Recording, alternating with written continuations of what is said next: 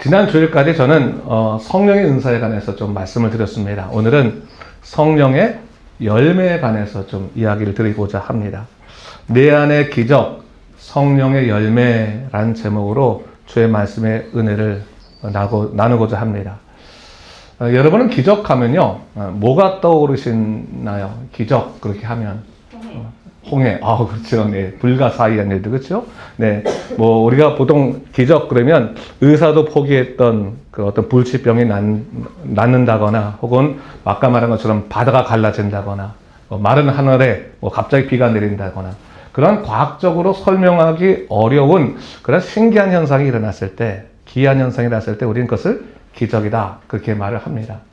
하지만 이러한 기적들은 사실 우리의 일상의 삶 속에서 일어나는 현상일 뿐이죠. 그렇죠? 이것은 운명에 관한 것은 아닙니다. 현상에 관한 것이지. 진정한 기적이라고 하는 것은 사실 우리의 삶 전체를 아우르는 운명이 바뀌어지는 것, 운명에 관한 것 아니겠습니까? 이는 바로 죄로 인해 죽었던 우리 인생이 예수 그리스도의 보혈의 능력으로 생명으로 나가게 된 것.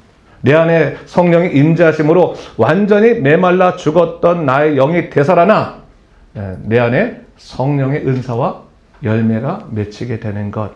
그거야말로 진정한 기적이 아닐까 싶습니다. 그렇지 않습니까? 예수 그리스도를 영접하기 전에 우리의 삶은 죄를 따라 죽음을 향해 나아가는 소망 없는 삶이었습니다. 그 당시 우리 자신은 그저 내 생각이나 내 감정에 이끌려 살아가는 나 중심의 삶을 살아갈 뿐이었습니다. 그런데 예수님 영접한 다음에 우리의 삶이 달라지게 된 거예요. 기적과 같은 변화들이 내 내면 속에서 일어나게 되는 것이죠. 예전 같으면 쉽게 실망하고 낙심에 빠졌을 일 앞에서 예수님 의지하면서 기도합니다. 주님, 붙잡아 주세요. 주님, 저 일으켜 주세요. 소망 갖고 기도하지 않습니까? 그렇죠? 예전에 나 같았으면 결코 참지 않았던 분노일 앞에서 주님의 십자가 생각하면서 주님, 예수 그리스도의 십자가 생각하면 내가 참습니다. 주님 견뎌내겠습니다. 기다리겠습니다 하면서 그렇게 다시 마음을 되잡는 일이 일어나지 않습니까? 정말로 내 안에 성령이 없었다면 결코 있을 수 없는 일들을 우리가 경험하게 되면서 우리 스스로도 놀란 거예요. 이거 기적이다. 내 안에서 일어나는 기적이다. 그걸 고백하지 않을 수 없는 것이죠. 물론 이런 기적 같은 일들이 단 하루아침에 일어나진 않아요. 근데 분명한 것은 뭡니까? 예수 안에서 하루하루 변해가는 거예요. 정말 살기 싫었던 인생이 살아야겠다라고 하는 인생으로 조금씩 바뀌어가면서 나라면 절대로 하지 못했을 이 일들이 예수 안에서 일어나는 것을 보게 되면서 내 안에 기적이 씨앗을 맺고 씨앗이 열매를 맺게 되는구나. 싹을 트고 자라나고 열매를 맺게 되는 거구나. 그것을 우리가 경험하게 되는 것이고, 그래서 이전에 경험하지 못했던 새로운 삶이 시작되는 것을 우리가 경험하게 되죠. 오늘 본문 16절에서 사도 바울의 그런 의미에서 우리에게 이렇게 이야기를 하고 있어요. 내가 이르노니 성령을 따라 행하라. 그리하면 육체의 욕심을 이루지 아니하리라. 성령께서 임재하시기 전에 우리의 삶은 그저 죄와 욕망에 따라 살아가는 삶이었다. 다시 말해 육체의 욕심을 이루는 삶이었다라고 그렇게 사도 바울은 말합니다. 하지만 예수님을 믿음으로 말미암아 우리는 육체의 욕심을 따라가는 삶이 아니라 이제는 뭐예요? 성령을 따라가는 삶으로 내 삶의 방향이 바뀌게 되었다. 내 삶의 모습이 바뀌게 되었다라고 얘기하고 있는 겁니다. 여러분, 그럼에도 불구하고요, 우리가 성령을 따라 살아가는 삶이 결코 쉽지 않다는 사실을 우리는 뼈저리게 느끼는 거죠. 그렇지 않습니까? 내가 이제부터는 성령에 따라 살아야지. 주님의 뜻대로 살아가지 하면서 자꾸 주저앉는 내 자신을 보면서 우리는 우리 내면에 육체의 소욕과 성령의 소욕의 싸움이 실제로 일어나는 것을 경험하게 됩니다. 보게 되는 거죠. 그렇죠, 여러분. 예수님 믿기 전에 우리의 삶, 나의 삶은, 나의 내면은 육체의 소욕에 지배당하고 있는 삶이었습니다. 그래서 내 삶의 목적이 항상 내 자신을 만족하는 삶인 거예요. 나만 만족하면 돼. 그렇죠? 밥을 먹어도 맛있으면 되는 것이고, 내가 기분 좋으면 되는 것이고, 그것이 내 삶의 주 목표였는데, 그렇죠? 성령의 임재하시고 난 다음에 그것만이 올바른 삶이 아니라는 것을 깨닫게 되면서 오히려 우리는 이제부터는 내가 주님 뜻대로 살아가야 되지 않을까. 이제부터는 내가 정말 하나님이 원하시는 삶을 살아야 되지 않을까라는 생각을 하게 되면서 오히려 내 마음에 싸움이 일어나는 것을 보게 되는 거예요. 마음의 주권을 차지하려고 하는 이 두 자아의 싸움이 있어요. 그렇죠? 하나는 뭡니까? 주님 따라가고자 하는 나의 영적 자아. 아직까지 죄와 내 욕망을 따라 살아가는 내 이전의 옛사람의 자아가 서로 싸우는 것을 경험하게 되는 거죠. 예수 믿기 전에는요, 그저 어떠한 일 가운데 양심의 가책이라는 건 있어요. 내가 착하게 살아야 되는데, 양심의 가책의 수준에서는 우리가 마음의 갈등은 있었지만, 예수 영접해서 내 안에 실제로 성령께서 들어오신 다음에 일어나는 갈등과는 상대가 되지 않는 거예요. 오히려 더 죄책감을 느낄 때가 있는 거예요. 마치 내 안에 전쟁이 일어나는 것 같은 그런 느낌을 경험할 때가 있다는 거죠. 예수 믿으면 그냥 마냥 행복해야 되는데 오히려 내 마음이 답답할 때가 있는 거예요. 내가 잘 감당치 못하는 삶, 주님의 뜻대로 살지 못하는 삶 속에서 자꾸 낭망하게 되니까 차라리 예수 안 믿는 게 낫지 않을까? 그런 답답한 마음도 느끼게 되는 거죠. 그래서 여러분 이런 갈등과 싸움이 처음에는 내 자신의 마음을 불편하게 하고 괴롭게 하는 것은 분명하지만 성경은 우리에게 무엇을 가르치냐면 이것이 뭐예요? 영적으로 내가 살아나고 있다고 하는 증거다라고 하는 거예요. 마음의 답답함, 갈등들이 내가 살아나고 있는 거구나. 내 자신이 여전히 부족하고 연약하지만 영적으로 지금 살아나고 있다고 하는 증거로 우리가 그것을 이해해야 되는 것이죠. 그래서 사도 바울도 로마서 7장에서 자기가 겪고 있는 내면의 전쟁을 아주 솔직하게 고백했습니다. 로마서 7장 24절 말씀에 그가 오호라 나는 곤고한 사람이로다. 이 사망의 몸에서 누가 나를 건져내랴. 우리가 그렇게 존경하는 사도 바울도 이런 내면의 이 싸움을 겪어야만 했던 거예요. 그런 의미에서 이런 불편함이나 혹은 갈등의 마음이 들 때 오히려 감사할 수 있어야 되는 거예요. 지금 내가 영이 살아나고 있구나. 그러니까 우리가 실패를 겪을 때 예수 믿는 사람이 왜 이러지? 라고 할 때 이것 때문에 낙심하고 우리 자신에 대해서 죄책감을 느낄 것이 아니라 아직 내가 살아있구나.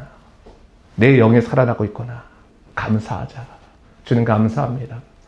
내 마음간에 이런 이 죄책감이나 답답함을 느끼게 하신 것도 감사합니다. 그리고 뭐요? 성령에 의지하여 이 내면의 싸움에 우리가 참여해야 되는 것이죠. 근데 여러분 예수 믿는 사람들은 이런 내 안에 있는 내면의 싸움을 두려워하지 말아야 되는 거예요. 그러니까 이 싸움을 통해 우리가 성령의 힘을 배우고 죄를 이기는 은혜를 경험해야 될 줄로 믿습니다. 오늘 보면 16절에서 사도 바울이 갈라디아 교회를 향해서 너희는 성령을 따라 행하라 말해요. 성령을 따라 행하라. 여기서 따라라고 하는 말의 원래 헬라어는 페리파테오라고 하는 말인데 이것은 단순하게 방향적으로 저절로 끌려가는 것을 얘기하는 것보다는 조금 더 적극적인 의미예요. 삶의 주권과 변화, 방식과 주권의 변화를 의미하는 바로 마치 뭐냐면 우리가 어디 여행 갔을 때 길을 잘 모를 때 나침반을 딱 놓고 지도를 놓고 나서 정확하게 어디인지를 보고 살펴가는 듯한 이 적극적인 것. 그것이 뭐예요? 이게 성령을 따라라고 하는 의미라고 하는 거예요. 그러니까 이전에는 내 자신의 뜻대로 고집대로 살았을지 모르지만 이제부터 뭐예요? 내 성령의 뜻대로 살겠다라고 작정을 하고 정확하게 뭐예요? 상을 보는 거예요. 어느 곳이 주님 따라가는 삶일까? 어느 곳이 주님께 기뻐하시는 삶인가를 정확히 보는 삶을 살아가야 된다고 하는 것이죠. 그래서 여러분, 내가 어떤 난처한 일을 경험하게 됐을 때, 또 우리 자신이 실망스러울 만한 일을 경험하게 됐을 때, 억지로 무언가를 하려고 하기보다는 우선적으로 뭐예요? 성령께서 원하시는 것이 뭔지 먼저 따져봐야 돼요. 잠시 내려놓고. 그래서 여러분, 신앙생활은 엑셀레이터보다 중요한 것이 뭐냐면 브레이크예요. 잘 브레이크를 잡고, 그리고 방향을 점검해야 되는 겁니다. 어느 쪽이 하나님께 원하시는 것인가. 그래서 잠깐 내 생각이나 내 감정 내려놓고, 그러니까 우리는 불안하면 내려놓지 못하잖아요. 그래서 잠깐 내려놓는 거다. 내가 하려고 하는 거 내려놓고, 주님 어느 방향으로 가는 것이 맞습니다. 하고 성령께서 원하시는 방향 따라서 행하는 것. 그것이 우리에게 필요하다라고 하는 것이죠. 자, 오늘 우리가 읽고 있는 갈라디아서는 사도 바울이 제1차 전도여행 때 세운 갈라디아 교인들에게 쓴 편지입니다. 근데 그들은 그 당시에 예수를 믿은 지 몇 년도 안 됐던 아주 초신자였습니다. 그러니까 어떻게 보면 아직까지 그들의 삶 가운데 세상적으로 살아가는 습관이 남아있어요. 습성이 남아있었던 그때였다는 거예요. 그러니까 예수를 믿고 나서 그들이 이제부터는 하지 말아야 할 게 너무 많아진 거예요. 그러니까 처음에는 기쁨이 있다가도 답답한 거예요. 자기 삶의 습성이 있는데. 그래서 예수 믿고 나서 기뻐야 되는데, 일 잘 풀려야 되는데 오히려 더 골치 아파지는 것 같고, 예전에 더 얽매여 사는 것 같고 답답한 거예요. 답답해. 근데 거기에 사도 바울이 뭘 말하고 있는 거예요? 성령을 따라 행하라 말하면서 이것이야말로 그리스도인들이 가질 수 있는 진정한 자유다라는 것으로 얘기하고 있어요. 여러분, 우리가 살아갈 때 우리에게 주어지는 진정한 자유라고 하는 것은 성령의 인도하심에 따라 살겠다고 작정하고 그 길을 걸을 때 일어나는 기적임을 우리가 알아야 돼요. 그러니까 여러분, 우리가 내 인생을 내가 제일 잘하는 것 같지만 나를 만드신 이가 제일 잘하는 거예요. 나를 만드신 이가. 나를 구속하신 이가 제일 잘하시는 거예요. 그래서 나를 잘한다고 생각해도 난 날 잘 모르겠어. 하지만 나를 만드신 이, 나를 창조하시고 나를 구속하신 이가 가장 잘 아시니 이제부터는 내 인생의 운전대를 주님께 맡겨야겠다 생각하고, 우리가 어려운 일 때마다 주님, 제 운전대를 주님께 맡깁니다. 주님께서 인도하신 삶이 가장 행복한 삶입니다. 불안할 때, 그때는 오히려 무릎 꿇고 주님께 맡겨드리는 그런 마음의 결단, 입술에 고백이 있어야 되는 것이죠. 그러니까 여러분, 힘들 때 먼저 입술부터 고백하는 거예요. 여러분, 운전대는 우리 머리와 입이 연결되어 있는 거예요. 그래서 주님에게 내 인생을 맡겨드립니다.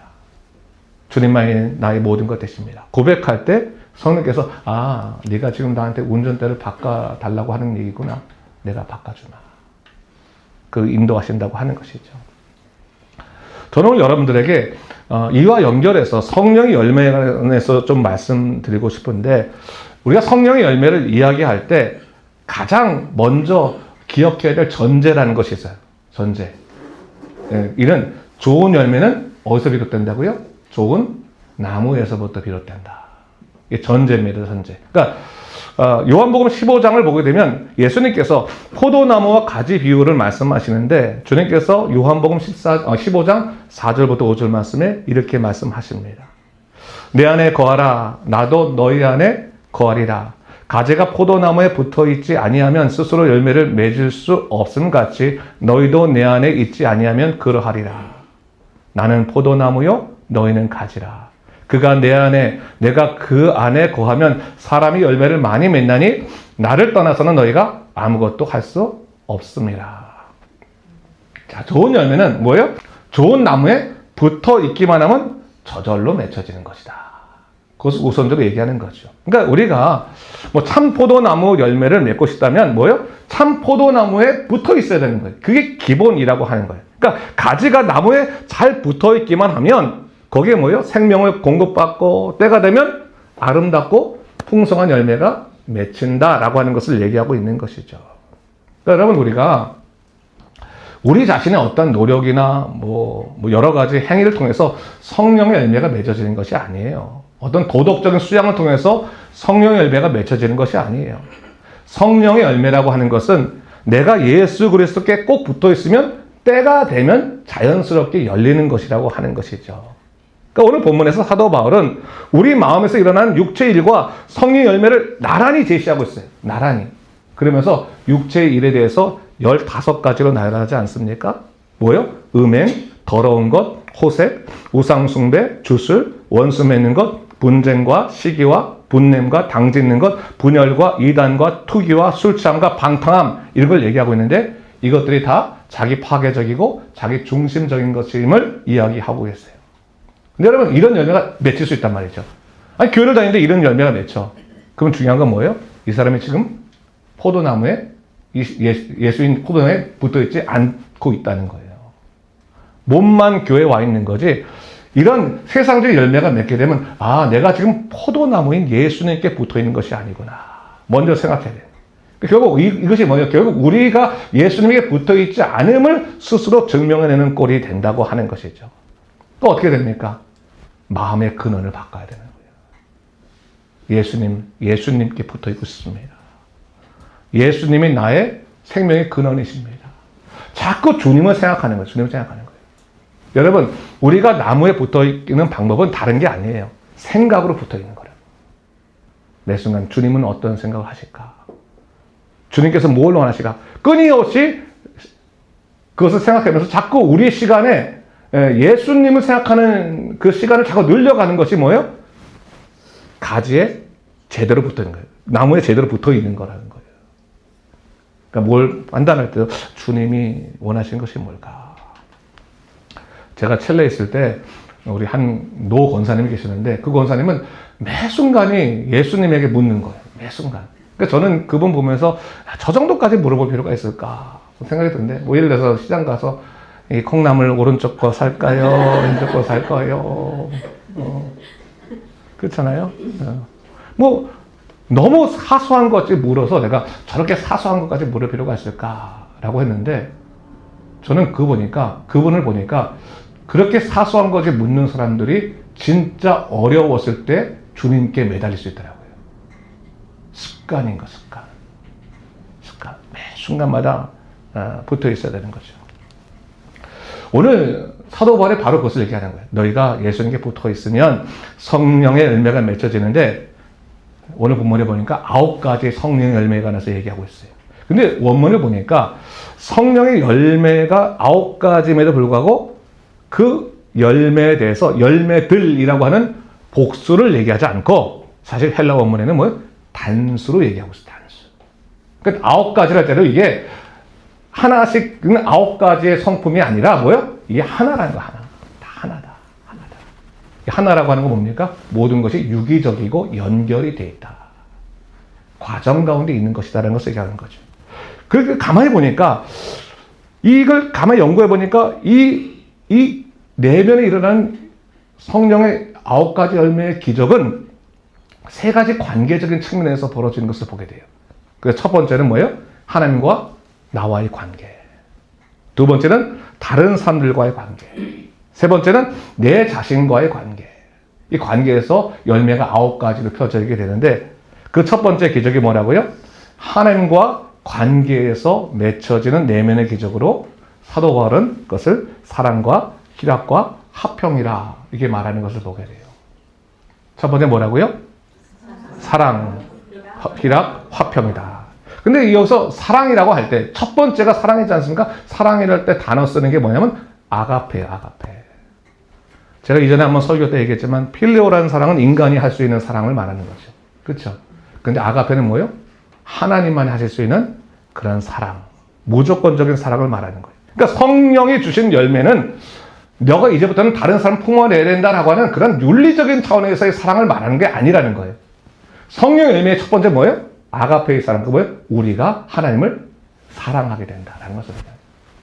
여러분 성령이 내 안에 충만하게 되면 내 안에 일어나는 첫 번째 기적은 하나님을 사랑하게 돼요. 하나님을. 그 하나님의 그 아가페의 사랑이 내 안에 들어오면서 내가 하나님을 사랑하게 되는 거예요. 그러면서 뭐 자연스럽게 그 사랑이 이웃에게 흘러가게 되는 것이지 그냥 윤리적인 차원에서 이제부터는 내가 이웃을 사랑해야지라는 사랑이 아니라는 거예요. 여러분 그렇잖아요. 성령 충만하면 왜 이렇게 주님이 좋아요? 왜 이렇게 하나님이 좋습니까? 하나님이 나한테 해준 것도 없는 것 같은데 좋을 때가 있잖아요. 그렇죠?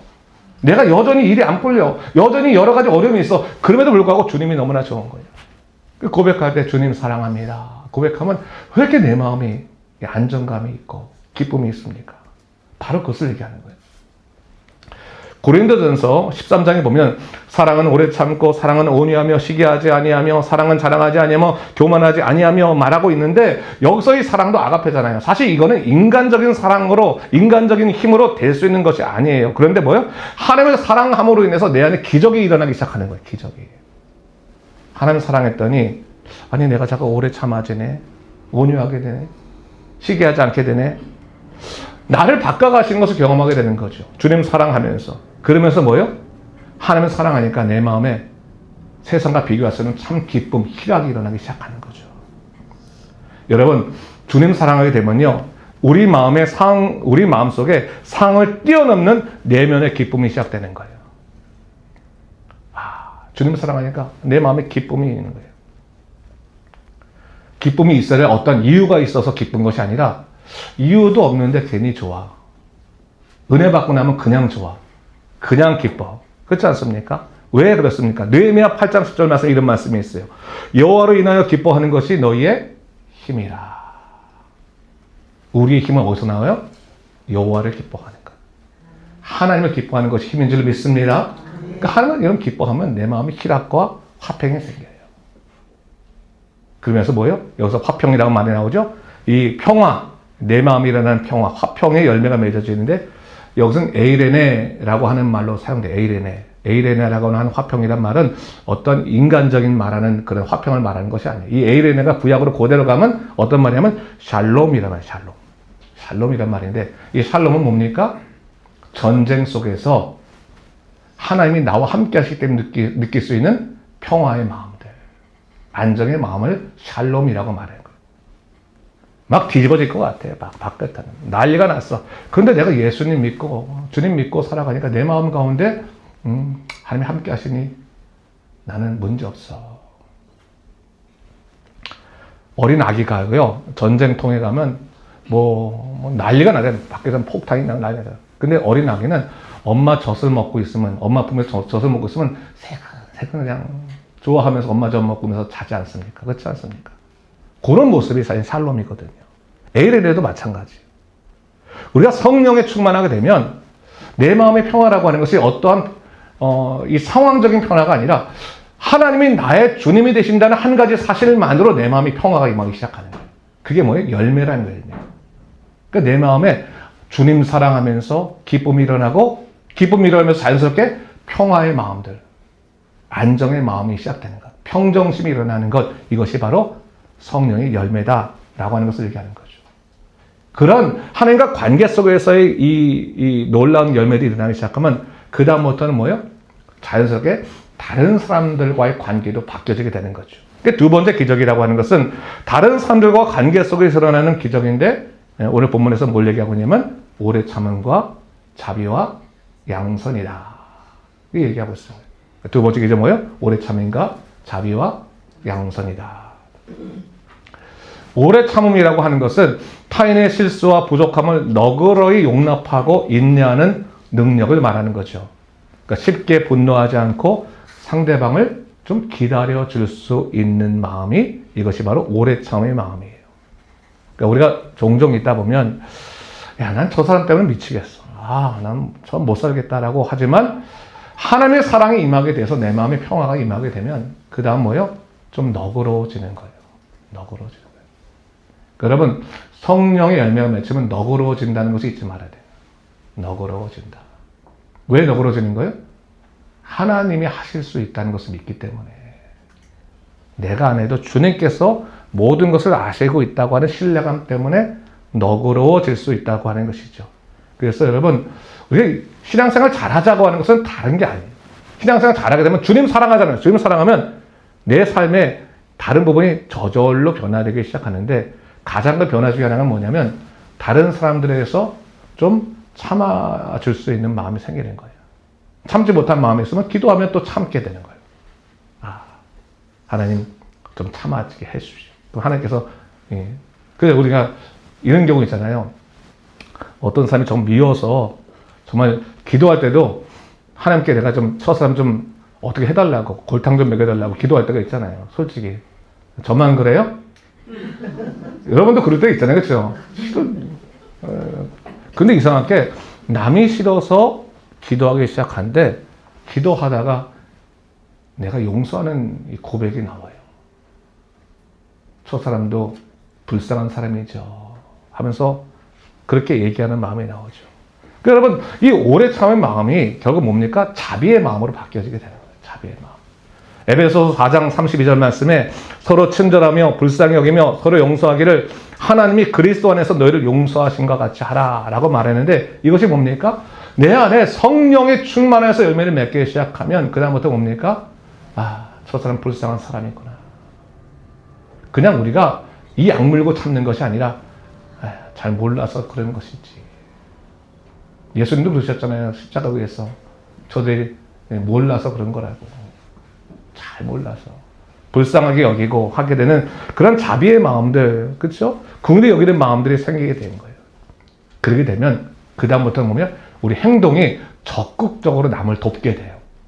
그걸 오늘 본문에서 뭐라고 말하는 거니까 양선이라는 말로 이야기하는 거예요. 양선. 적극적인 거예요.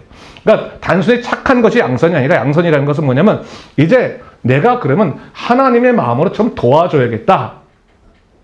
실제적으로 선을 행할 수 있는 아주 구체적인 능력들이 일어나게 된다라고 하는 것이죠. 이게 성령의 열매가 이렇게 연결된다는 것을 알아야 돼요.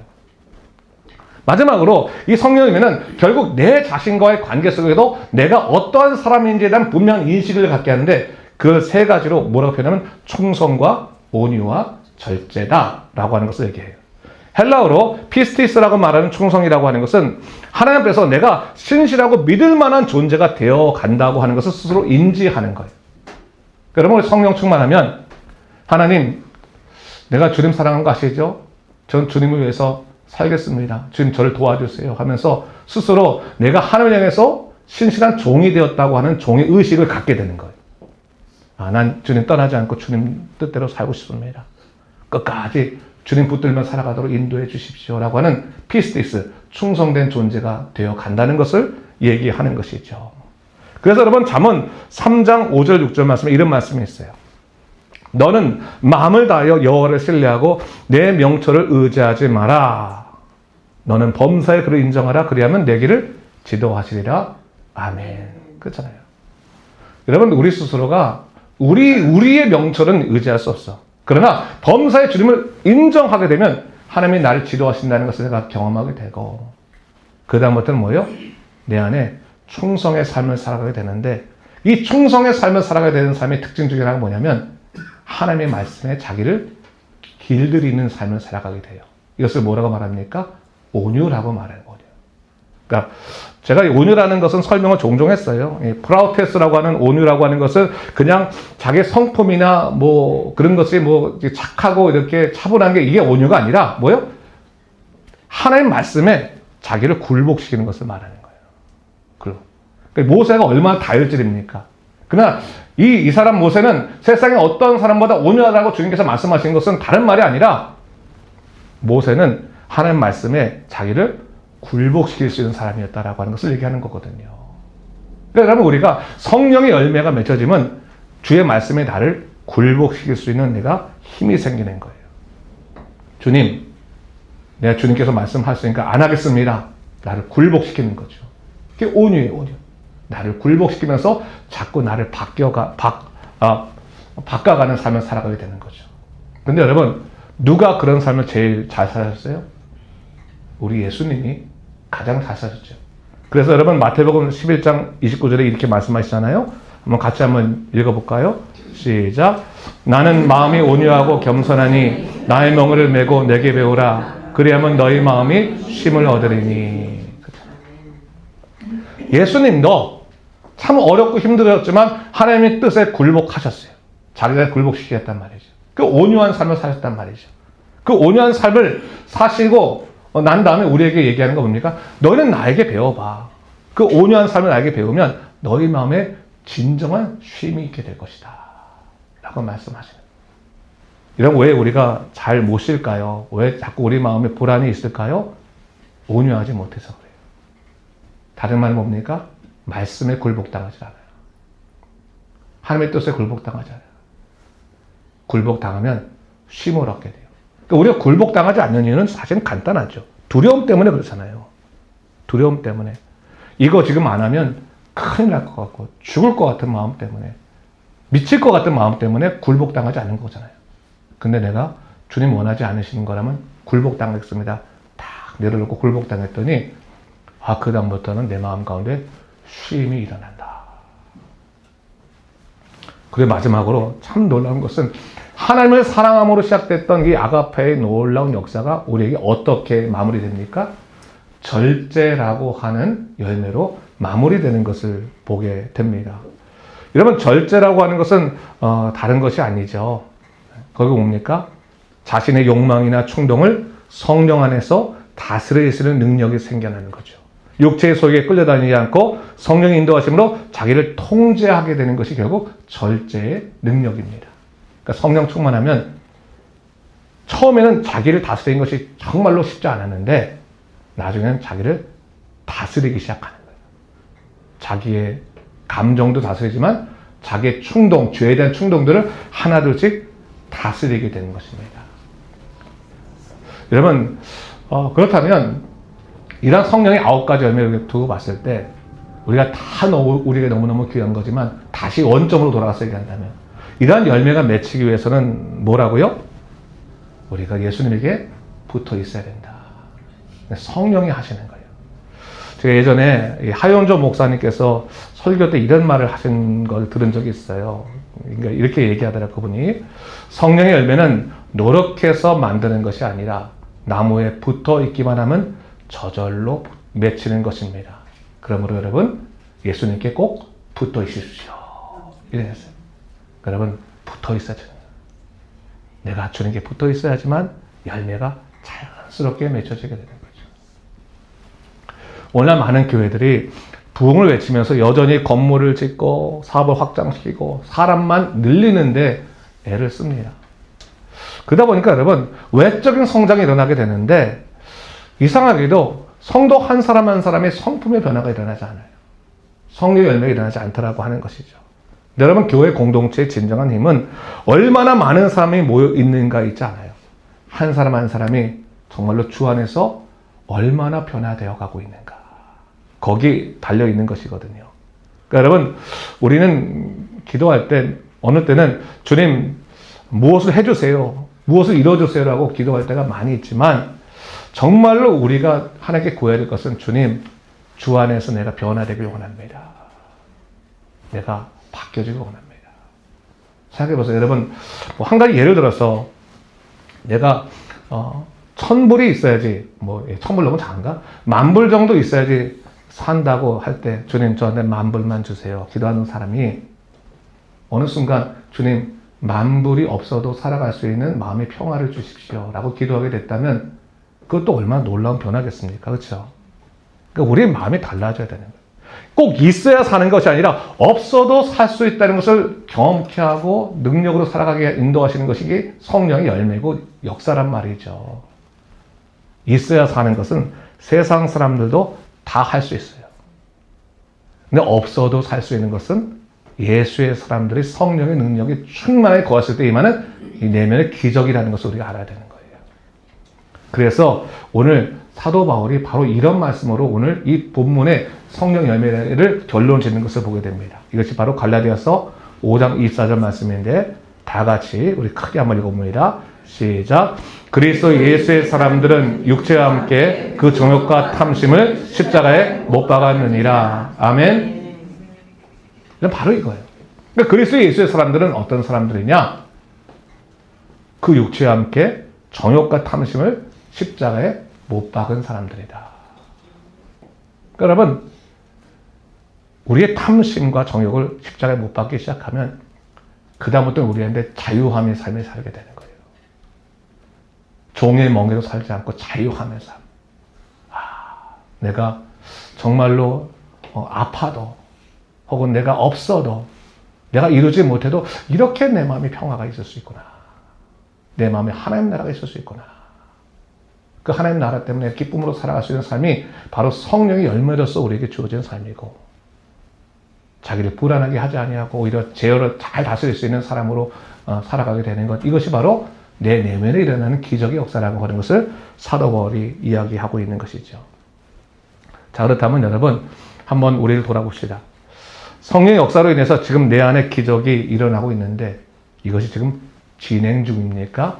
아니면 멈춰져 있습니까? 한번 돌아봐야 되는 거죠.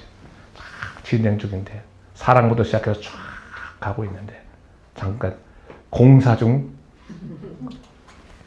그겁니까?